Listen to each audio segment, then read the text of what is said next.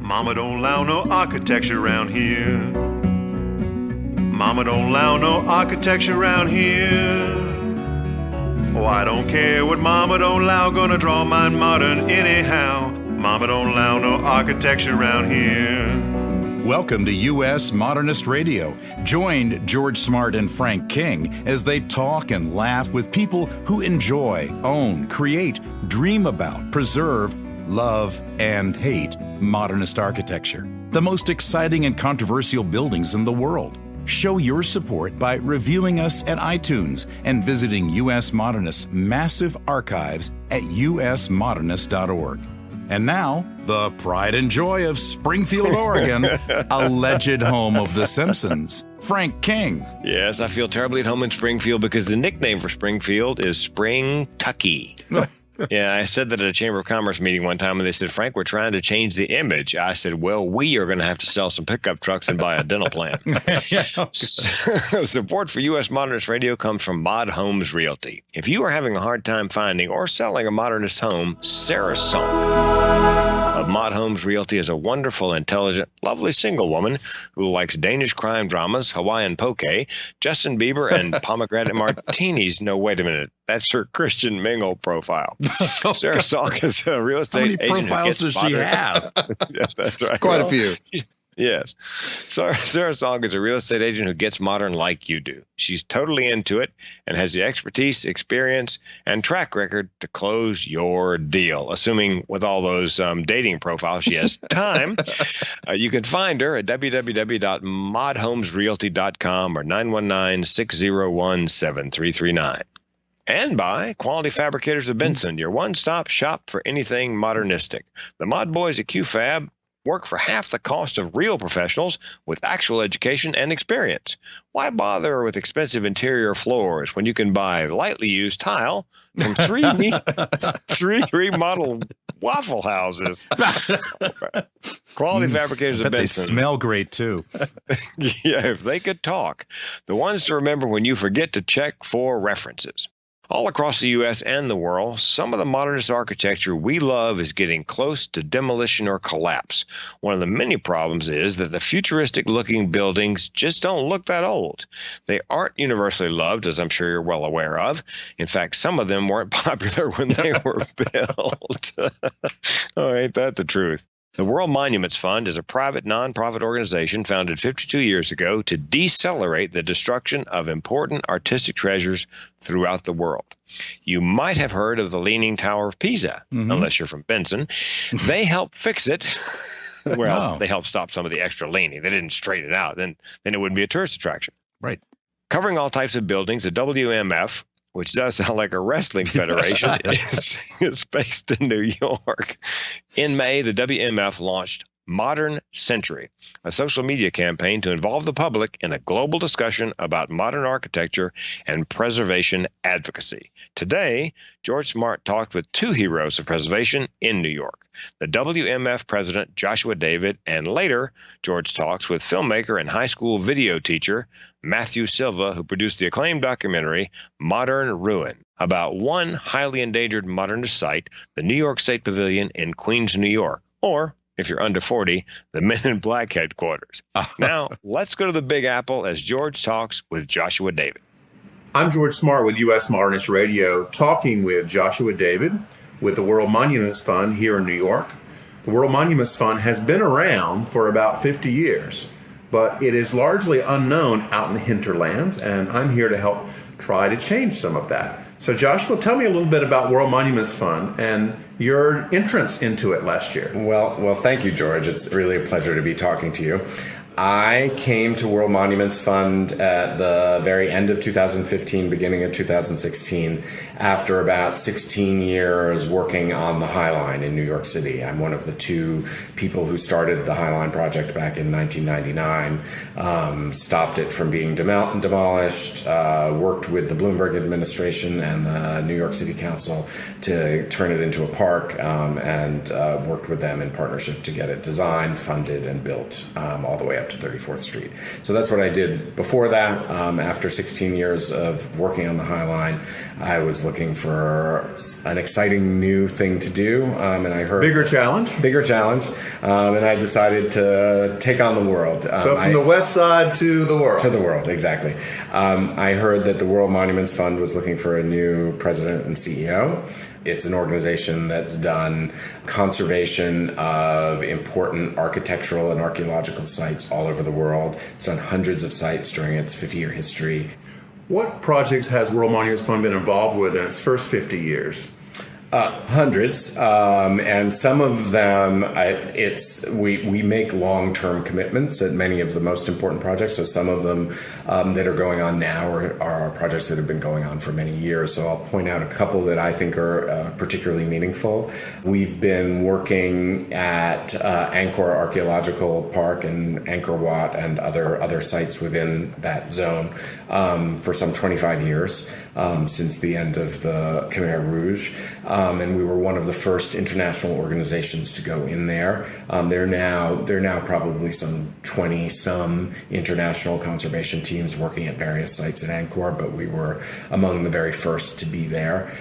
So we're working at 3 different sites at Angkor right now: Angkor Wat itself, another site called Prayakan, and our biggest engagement is at a site called Phnom Penh, a hilltop stepped pyramid, which basically, because of water damage, was threatened. The base of the pyramid was basically falling apart and beginning to tumble down the hill. So how does that work? Does WMF provide direct services, or do you provide the funds for the direct services to be? We operate differently at each site based on the strength of the team on the ground. And is there like a Navy SEAL team WMF here somewhere that rolls out in the helicopter and lands on the monument and it cleans it? And it's not. If a SEAL team can be described as a bunch of people with advanced degrees in preservation and art history, and great uniforms, really stylish. Yeah. So we operate in different ways in different places. Okay. So sometimes we'll go in, and we're often brought in because of our experience in the field, and that we're known for carrying out projects at a very high level of conservation excellence, reflecting the best practices of the field and the technologies and sciences that are viewed as the best at this moment. In the process that we go through, one of the things when you're restoring or conserving an important site, it's a little bit like a doctor of first do no harm. A lot of damage can be done with the best of intentions, thinking that you're going to save something when in fact you're actually compounding the problems. And so often the work that we do is fixing sort of botched conservation projects from earlier eras. Okay. So that we try not to add layers of mistakes onto mistakes of the past. So we're known for really doing things at the very best. So sometimes we'll do the whole project from conception to completion. Mm-hmm. Other times we come in for just the planning stage, or we'll just be funders to an experienced conservation partner. We operate in all sorts of ways.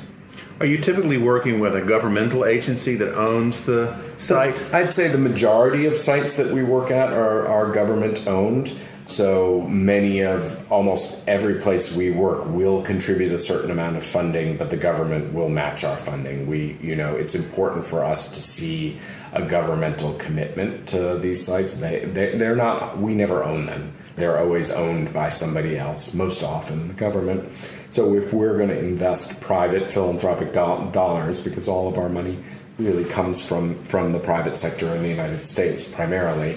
If we're going to raise that philanthropic money and give it to a site abroad, we want to see that there's investment and commitment on the part of the owner of the site, which is usually the government. And they obviously trust you to carry that through. Yes. I mean, I think that, part of any work of this kind, all international work, whether it's conservation of heritage sites or natural conservation or humanitarian engagements, the success of those is really built on trust and partnerships. And so you can't expect to have that trust immediately. You have to earn it. So you can't just go diving in with a parachute and say we're gonna fix this up. It's a slower process where you get to know all of the people related to the site in question in the community, and the government stakeholders, the other nonprofits that are operating in the area, community groups, local residents, people who work there. I mean, the engagement part of the whole process is considerable. You can't just walk in and start. Do you have offices outside of New York? We have affiliates in a number of different countries, but the hub really is the New York office. This is where really everything comes from. Now, there's an exciting program going on called Modern Century. Mm-hmm. Tell us about that. So, World Monuments Fund has been working in the area of modern architecture for a number of years. It's come up through two of our different programs. We have one called World Monuments Watch, where every 2 years we make a list of the sites all over the world that are either the most threatened sites or sites that present particularly exciting conservation opportunities. American Express was the founding supporter of that program and has stayed on as our partner in this ever since. And so over the course of some 20 years of doing the watch, we've had about 70 sites that are modern sites come into the watch. And one of the things that we've learned, 70 out of 700 sites total, but 70 of them were modern sites. And what we've learned is the only sites that have ever been watch listed that we've lost to demolition have been modern sites. So the level of threat to sites of recent vintage is significantly higher than older sites. And that goes to two different reasons. One is that governmental regulations that preserve important historic buildings often put an age designation. You have to make it to 50 years or 60 years or 75 years or 100 years before you qualify for some of the protections as a quote-unquote historic building. So they're vulnerable in that way. And they're also vulnerable because people don't know as much about them, and they haven't, you see a big marble bank that looks like a temple in Greece, you think, oh, that's an important building, but you see a sort of funky modern drive-in that looks like something that you grew up with that maybe is a little bit quote-unquote out of style right now. People don't have the same reverence for that, even if it's very important architecturally and represents some very significant architectural innovation. And so the combination of a lack of protection and a lack of general appreciation for modern building makes them very vulnerable, and that became very visible to us as we did the World Monuments Watch. We wanted to, with that knowledge, build a new program that was very focused on modern architecture that did two things. One, engage the general public in the appreciation and conversation about modern architecture. So we started a program called Modern Century. Its public phase has just completed. It ran for a month between April and May. And we asked people, using all of our digital and social media channels, we asked them to submit images of any modern building, and we define modern as the last 100 years, anything from 1917 to 2017, to post pictures of modern buildings that were meaningful to them on an Instagram page called Modern Century, with a little bit of details about the building. And then we took and we received hundreds of submissions, and then we took 5 each week and put them in an online gallery on our website where people could vote on them. And so by the end of it, we ended up with 50 sites in an online gallery, which all bore the marks of how many people had responded to them through votes. And so the idea is what we're going to do is we're taking all of those sites, as well as a number of them that didn't make the gallery, and putting them in front of a panel of experts, architects, academics, journalists, for a robust conversation about what we learned from this public dialogue in the social media zone, and come out with a couple of programmatic recommendations for World Monuments Fund, things that we'll do in the next 2 to 3 years to try and be impactful in the protection and conservation of important modern sites. So we're going into that advisory council meeting next week. I understand that a number of these submissions were the kind of building everyone loves to hate, the brutalist buildings. Yeah, no, that's interesting. I think that of the hundreds of sites that we received or were posted on Instagram using the hashtag Modern Century, absolutely the majority were brutalist buildings. And that's interesting to us in that a number of the buildings that we lost on the World Monuments Watch were brutalist. It's a style that I think if you were to look at it in relation to the whole larger genre of modern architecture, I think many would say it is the most hated, most reviled style. It's interesting in that it was a style that a lot of public governmental commissions and institutional commissions were of brutalist buildings. And yet those same government and academic institutions now are often very active in wanting to rid their sites of those buildings. So the Paul Rudolph building, upstate New York? Yeah, there are many, many examples. And so to see this outpouring of support for brutalism in this online dialogue was very interesting to us, because I think it underscored the passion that people feel about brutalism, both loving and hating, but we were seeing the loving in this case. And the fact that there were both some very passionate brutalism organizations that submitted a bunch of things. So there were these little pockets of advocacy groups who were working really passionately on behalf of brutalism in general. Is there a button that says, like, I heart brutalism? There's something like that. I don't remember the names of all of these groups right now, but they're organizing, and it's a movement. There is a movement there. Somebody actually just bought me a very beautifully produced map of brutalist sites in Paris, of which several were submitted in the program. But you can follow a whole brutalism tour in Paris that they've laid out on this gorgeous map. And so it was interesting to see that these brutalism fan organizations are rising in power and reach. And at the same time, there were a couple of surprise communities that had a single brutalist building that they were passionate about that received thousands and thousands of votes. There was a church in Taiwan. And I'm looking at it was the Chapel of the St. Joseph Technical High School in Taitung County in Taiwan, which received over 10,000 votes on the online gallery. And the way that the voting was set up, some online voting, you can just keep voting. You can just press the button over and over and over again, and the votes tally up. We were set up that you could only vote once per day. Yes. So even if somebody voted once per day through every day of the program, that's 30 votes. So there's still a lot of people. There was a lot of people voting for this high school in Taiwan. And then there was a government building in a town in Montenegro that received 8,000 votes. And this is where most of the sites received 15, 20, 30, 40, 50 votes. So getting 10,000 or 8,000 was a very significant outpouring of support from these sort of surprising communities where some kind of movement had grown up around this a brutalist building that was significant in their community. So it was interesting to see that as well, that there are these places that you wouldn't necessarily think have a passionate for this architectural style that are really rallying around it. It's inspiring to see. Is anybody thinking ahead? Is there like a young brutalist building they already know is endangered that they're putting forward now? There are many. There are many, too many for me to detail them now.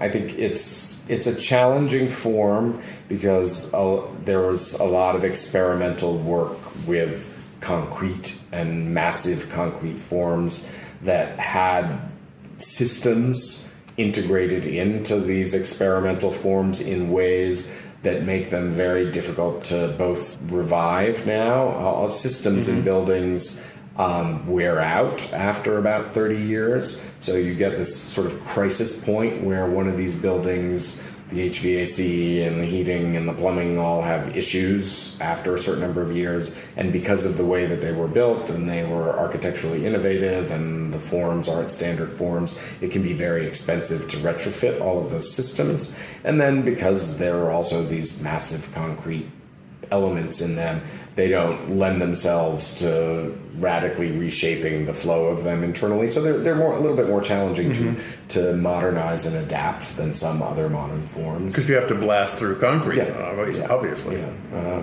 So it's an interesting zone.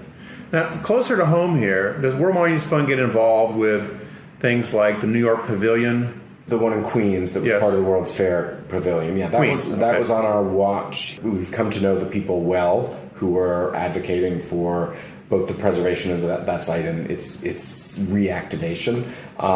In fact, one of the guys who's running that effort now is somebody that I worked with at the Highline, Salman Khan. And so we're very excited to see progress that they've been making. After the site was on the watch, two things happened. They went into a partnership with the National Trust for Historic Preservation to do a design competition about various reuse strategies, which was very exciting and produced a lot of interesting ideas of ways you could reuse the site. And then the government also stepped forward with, I think it was $8 million, a good sum of money to do structural rehabilitation work on the pavilion.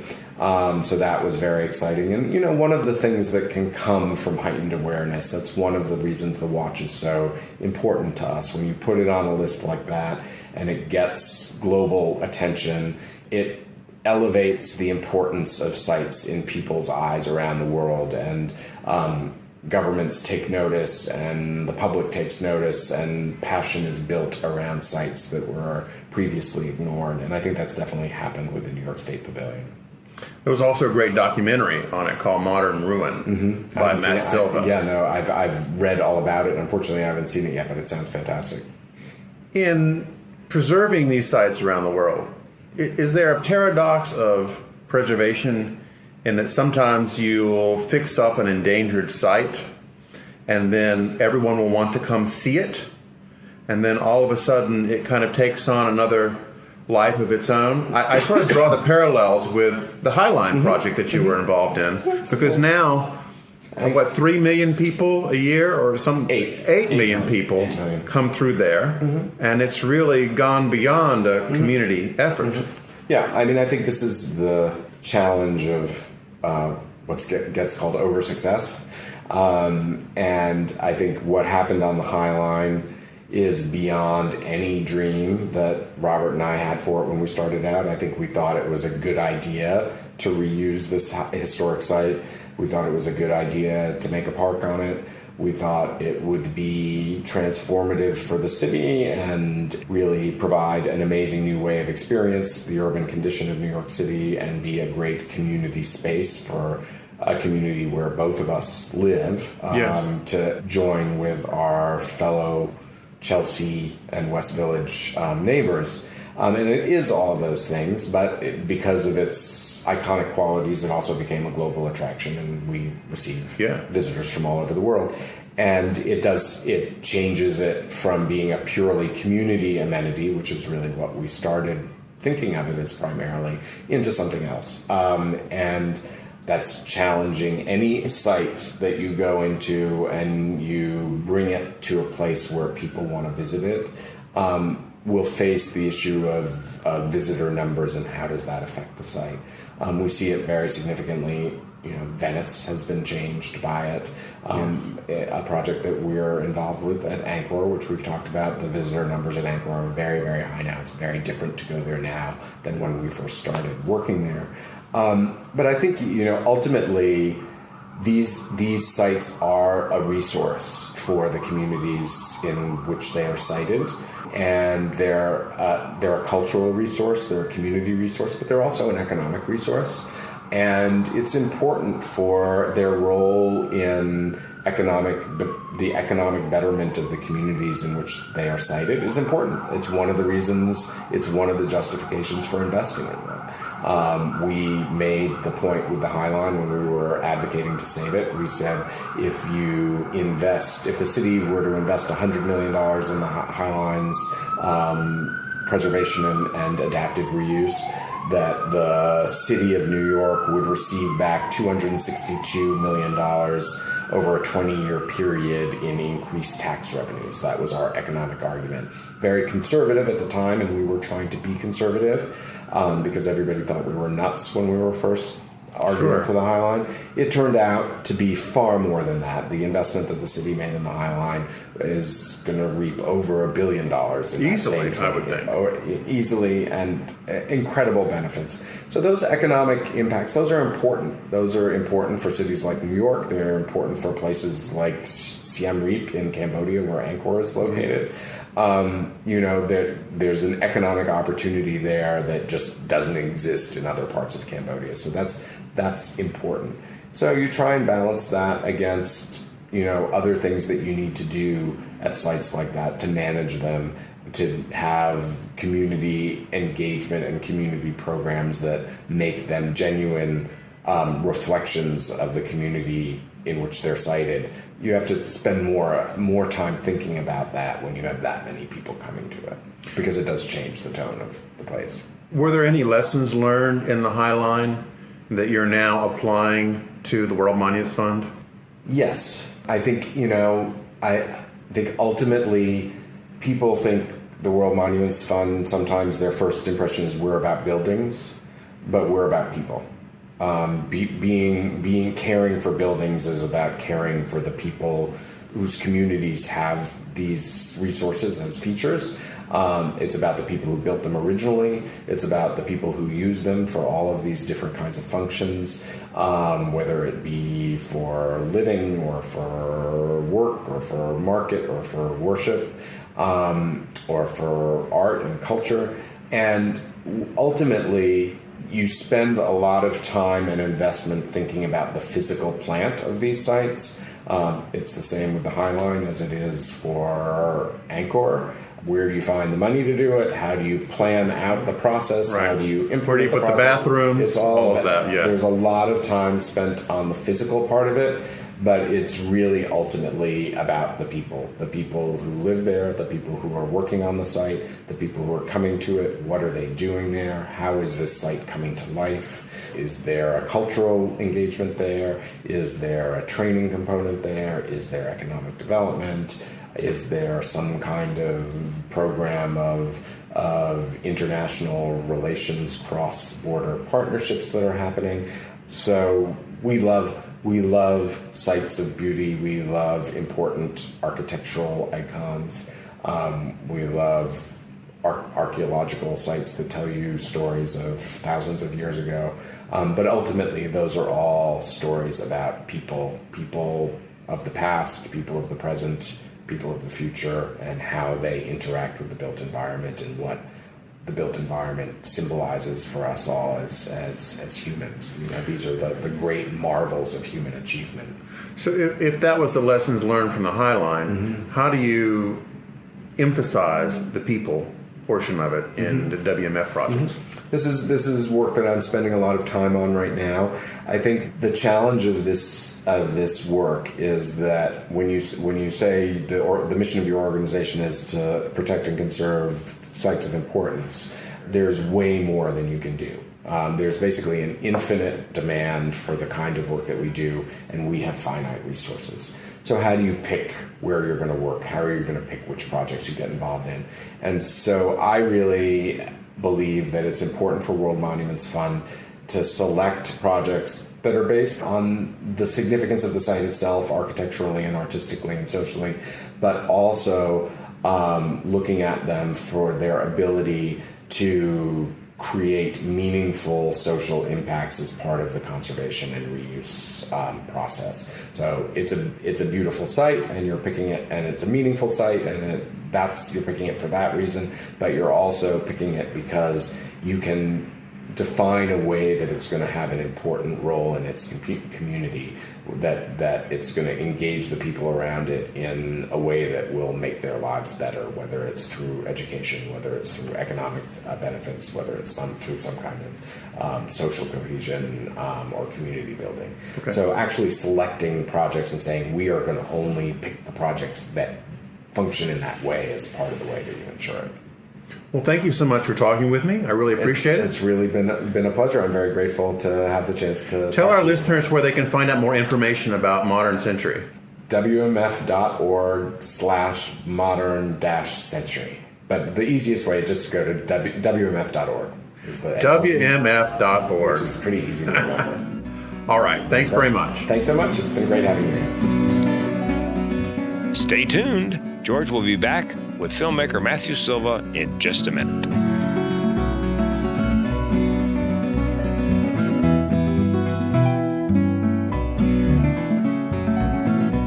I'm talking today with Matthew Silva, educator, which we'll talk about, and producer of the documentary Modern Ruin, which was about the New York State Pavilion, constructed for the 1964 World's Fair. If you've never heard of a World's Fair, you're not alone. They really fell out of favor in the 60s and 70s. I think maybe the last one of any note in the U.S. was in the 80s in Knoxville, Tennessee. Welcome, Matthew. Hey, how you doing? Good. Hey, thanks for being with us. Thank you so much for having me. Tell us a little bit about World's Fairs and why they were so important. Well, the way it was always kind of described to me is that the World's Fairs were kind of like the internet of the old days. So, an event that went on for a year or a 6-month period, really, a year or two. But the real ones went on for about a 6-month period in a given location, and they were a place for nations and cities to kind of show off their wares. Latest and greatest technologies, things like the television were first shown at the World's Fair, and so the Eiffel Tower was a structure that was built for a World's Fair in Paris in the late 1800s, and so World's Fairs were again a kind of a place for people to exchange kind of far out ideas and culture, and they did sort of fall out of favor in the late 20th century, I think mainly because communication has just gotten better and the need for them is just kind of the novelty has sort of worn off. So they still sort of happen. They call them expos. There was one a couple of years ago in Italy, and there's another one happening somewhere in the world kind of soon. Yeah, okay. But they have like smaller, I guess, less ambitious themes. I know that the one in Italy was based on like cuisine around the world, and it's kind of cool. Like if you can go to it, I understand they're pretty interesting, but they're not the kind of massive things that they were back in the day. So in the 1960s, there was a fair which was put on only 25 years after a fair that had taken place in the exact same spot. So this guy, Robert Moses, who kind of was urban planner of the tri-state area, especially, well, pretty much all over New York, but he built all the highways on Long Island and in and around the New York metro area. In the 1930s, he helped organize a World Fair, the 1939-1940 World Fair, which was a huge undertaking and was pretty successful, but the 1940s, World War II was underway, so some of the nations didn't show up to the second year of the fair. So it was kind of a weird time, but people really regarded that fair as something really special. And about 25 years later, they put on another World's Fair to kind of try and revive that park that in Queens that had kind of been left over from the first World's Fair. And it was an interesting sort of seminal moment in the nation's history, kind of a turbulent time, 1964 and 65, although the fair itself was really, the way it was described to me, it was a fair conceived in the 50s, but executed in the 60s. So it had a lot of these bubblegum-y kind of commercially motifs that by 1964 and 65, they were kind of fantasy even. And dated as well, I would expect. Somewhat, yeah. So there's some controversy around the 64 fair, 64, 65 fair.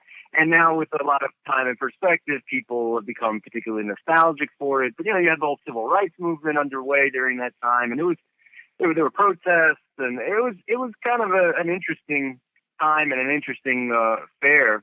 But I guess it's kind of the last real great World Fair. And if you look at pictures of it, it really you understand the scale and the magnitude of it. There was a lot of cultural things, American cultural things that kind of came out of that World Fair, and we reference back to it all the time. You don't even notice it. A lot of pavilions from the '64 World Fair were actually developed by Walt Disney, and some of them were actually packed right up and brought to Walt Disney World and Disneyland rather, and then sort of redone in Walt Disney World in the years to follow.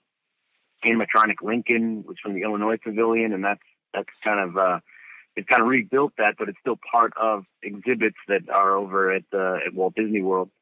And the Sinclair dinosaurs, some people might remember. Sinclair Oil Company, yeah. Yeah, and so they had this big giant dinosaur exhibit, but if you are a fan of 90s television, there was a show called The Dinosaurs, this family show about these dinosaurs living in like a house, and there was a little baby sitting in a chair or whatever, and those were the Sinclairs. So again, these cultural references. Of course, there's Men in Black, which makes reference to the World's Fair, the fairgrounds, and the New York State Pavilion. My building. But yeah, it was.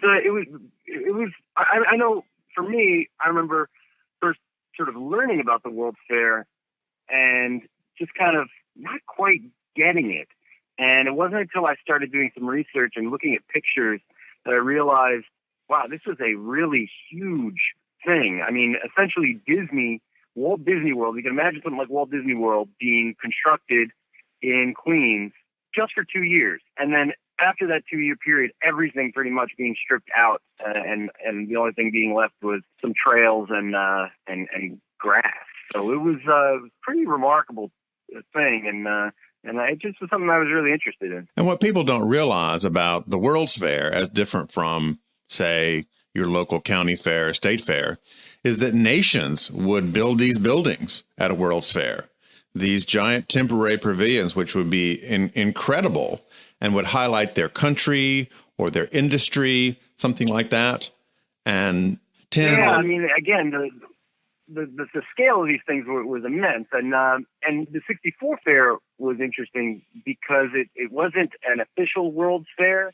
There were certain rules that Robert Moses had broke, and it wasn't sanctioned by the Bureau of International Exhibitions. So because of that, a lot of the major nations did not participate in this World's Fair. So instead you had these newly developed nations that just kind of had been formed shortly after World War I or World War II, and they participated in the fair. And so that was kind of interesting. But yes, you had these structures being created by nations from all over the world.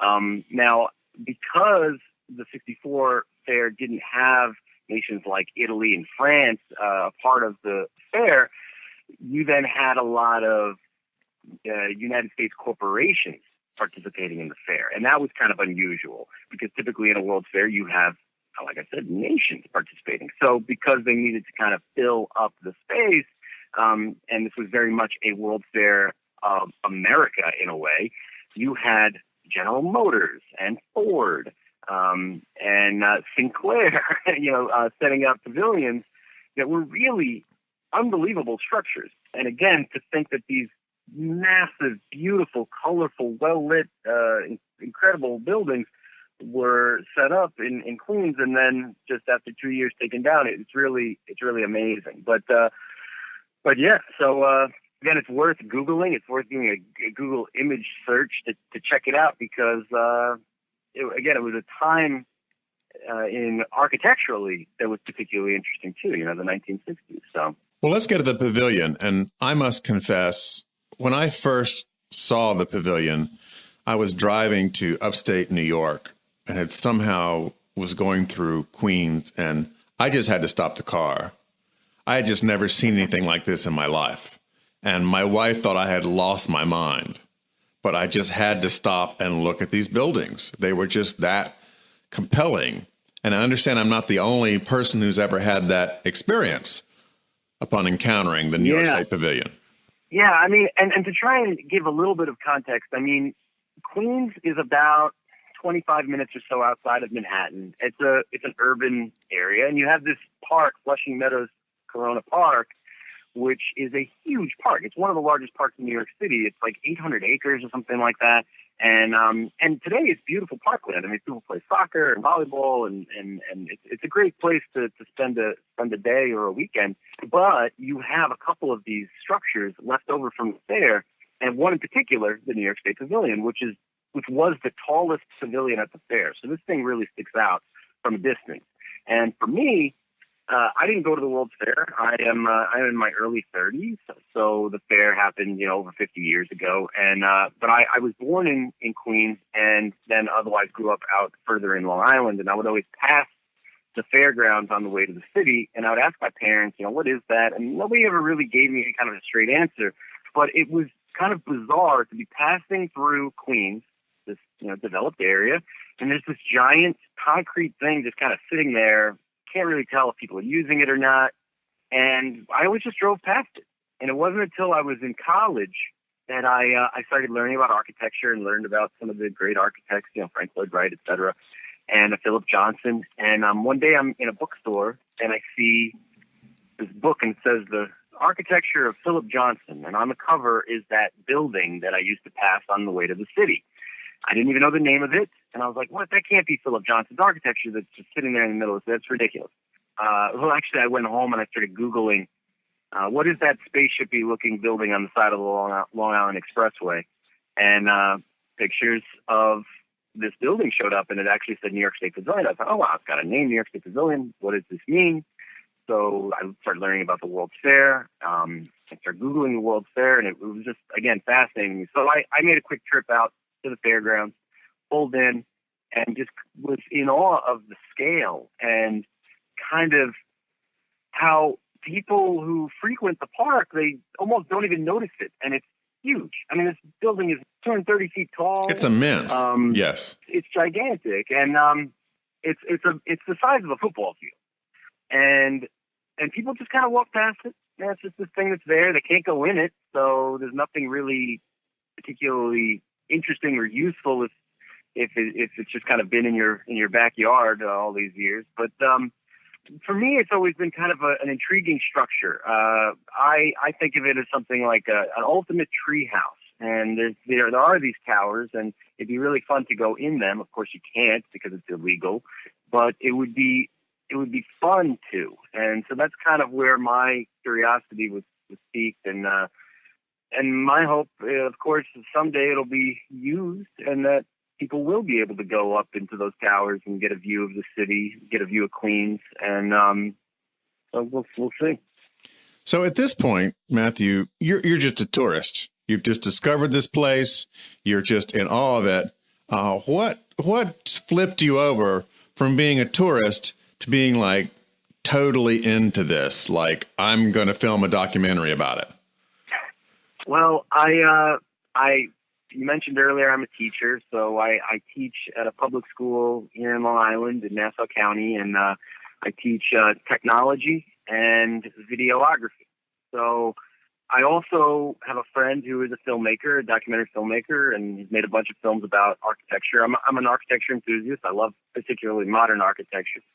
And I was really fascinated by the High Line and what those guys were able to do with taking this old piece of infrastructure and turning it into something really, really interesting, really cool. And when I saw the pavilion in the state that it was in, to me, it was kind of like a no-brainer. This is kind of it's sort of a similar thing, or if nothing else, it's a piece of infrastructure that's just kind of sitting here and can be reimagined into something. And that's at least worth investigating.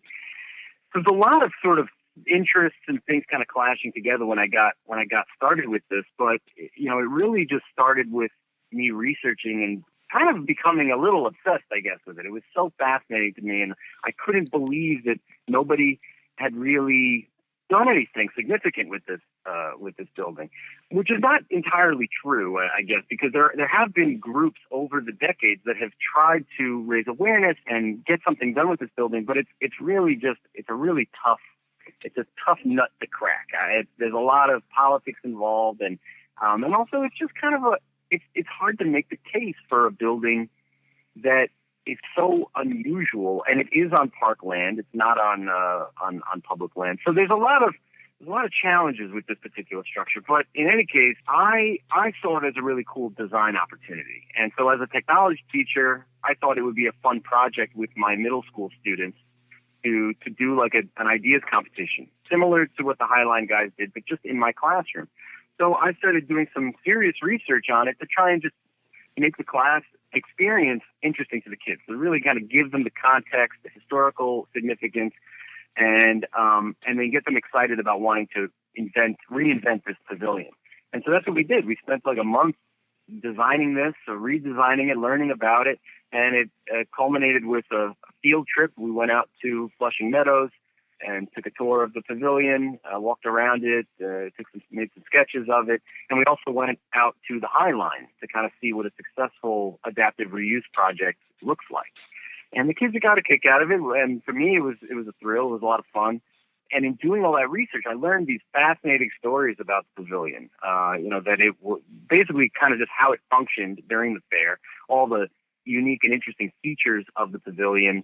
One of them that was really interesting to me was that on the floor of the pavilion there was this giant map of New York State, a Texaco map. Yes, if you can imagine, like a Hagstrom type map of the entire state of New York. In Terrazzo, right? Yes. Oh, it was incredible, and so these are the things that really fascinated me. I also then learned about how after it was kind of left after the fair, it was turned into a roller skating rink by a couple that was just basically passing by. They were from Cleveland, and they were competitive roller skaters, and they actually convinced the city to run it as a roller skating rink for a couple of years.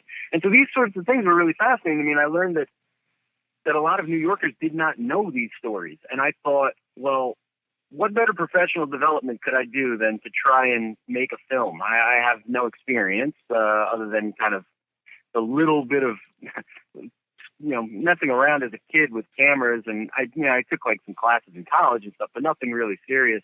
But I took it on as trying to write an academic essay, but through film and an oral history. And I figured if I can at least preserve these stories on camera, that would be worth it. But if I can go a little further with that, that'd be really cool too. And pretty early on, I realized, I have a film here. I could definitely do this.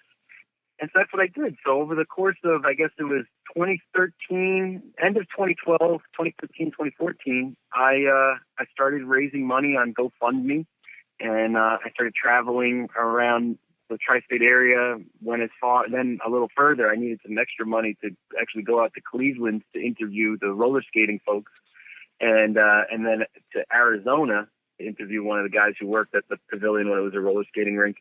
And in doing this and trying to raise awareness about the film and about the pavilion, I wound up kind of stirring up a lot of press and wound up co-founding an organization called People for the Pavilion, which is a group that focuses on just trying to educate and bring awareness to the state of things with the pavilion and trying to get people excited and engaged in reimagining the space.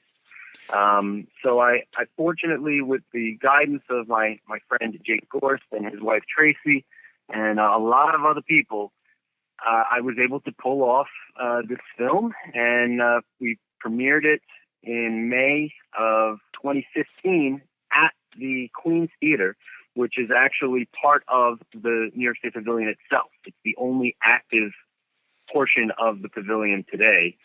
And we had a sellout crowd, and it was really exciting. There's been a lot of really exciting events that have happened surrounding the pavilion, and my premiere was just one of them amongst many cool events that have happened over the last few years. I should also say that a year before my premiere, there was an opening of the pavilion that was put on by the New York State Pavilion Paint Project, which that was another thing that really got me interested in this whole project, is that there's these group of do-gooders, just guys and some girls that want to basically bring back some dignity to the building. Wanted to do that about 5-6 years ago, more than that actually. I think it was about 8 years ago now.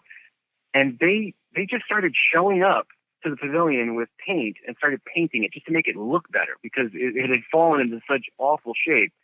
And just doing that, they started to raise awareness. People started writing about the pavilion, and people started noticing it. I certainly noticed it because of this, and reached out to them in the filmmaking process and followed them around with a camera a few times. And so at the 50th anniversary of the World's Fair, they, along with the Parks Department, put on this opening of the pavilion, which drew something like between 4,000 to 6,000 people on a Tuesday afternoon. And there were lines that were like over a mile long, just for people trying to get into this thing, to get a glimpse inside the pavilion. And I captured it in the end of the film, and it was really an awesome event. And they really are the keepers, the stewards of the pavilion. They are there regularly, kind of keeping it clean and making sure that it's not being vandalized. And so, you know, there's a lot of moving parts, a lot of active players here, and we're all just after the same thing. We want people to understand the situation, and we want to see something positive happen with this building, because it is a landmark. It is an icon. It was designed by an iconic architect, Philip Johnson, and it should be something that endures, something that attracts people for generations. And for the last 50 years, it's attracted architecture enthusiasts, kind of, but it's definitely not getting the respect that it deserves. Well, a lot of people are not old enough to have gone to the World's Fair, but in recent times, the pavilion came into our consciousness through the movies Men in Black. How did that occur? Yeah. Do you know the story? So the way I understand it is that the director of the film grew up in Queens, and so the story kind of just sort of played into fantasy, really. It's just kind of fun that the towers of the pavilion are kind of these spaceships, and so it's kind of a fun little thing, and it is something that people know it as. You know, maybe some people that don't live in New York or have not seen the pavilion, they don't maybe think that building is actually even real. So it was particularly amusing to people who know the building. I know that when I saw the movie, I was a little kid. I went to movies to see that with my dad, and I remember when the buildings become the spaceship, my dad kind of elbowed me and he says, "See, that's what the building is. It's a spaceship." And I kind of laughed, and it wasn't very satisfying because I knew that wasn't true. But yeah, people kind of know that building as the Men in Black building because it's the building that turns into a spaceship and then Will Smith blows it out of the sky. But other than that, people don't really know about the World's Fair. Now, even though people didn't go to the World's Fair, it doesn't mean that people don't care about the building. One of the really interesting things about making this film, and also just kind of hanging around Queens and getting to know people of all ages, is that maybe they have no idea of what the World's Fair was. They maybe recently immigrated to the United States and to Queens, but it doesn't matter. It's a landmark to them. When they are driving back home and they see the pavilion, they know that they're home. It's, the thing that symbolizes home for them. And it's kind of one of these things that it's there, and if it's gone, people will really, really miss it. So, when we had that opening of the pavilion on the 50th anniversary, there were people, of course, who went to the fair, who were nostalgic, who wanted to go see it. There were also people who didn't go to the fair, but remember roller skating and wanted to go back to the pavilion. There were kids that were like 5 years old that were running around the pavilion and saying, "I wanted to get into this building my whole life," all 5 years of it. And, it means something to people of all ages. It really doesn't matter what your connection to the fair is or what your connection to architecture or Philip Johnson. Everyone seems to have their own personal connections to it. My personal connection to it is not the World's Fair. My personal connection to it is just simply passing it in the backseat of my parents' car and just being really curious about it and wanting to get in it. So having had the opportunity to walk in it several times, I feel really privileged, and it's awesome every time I do get to walk into the pavilion.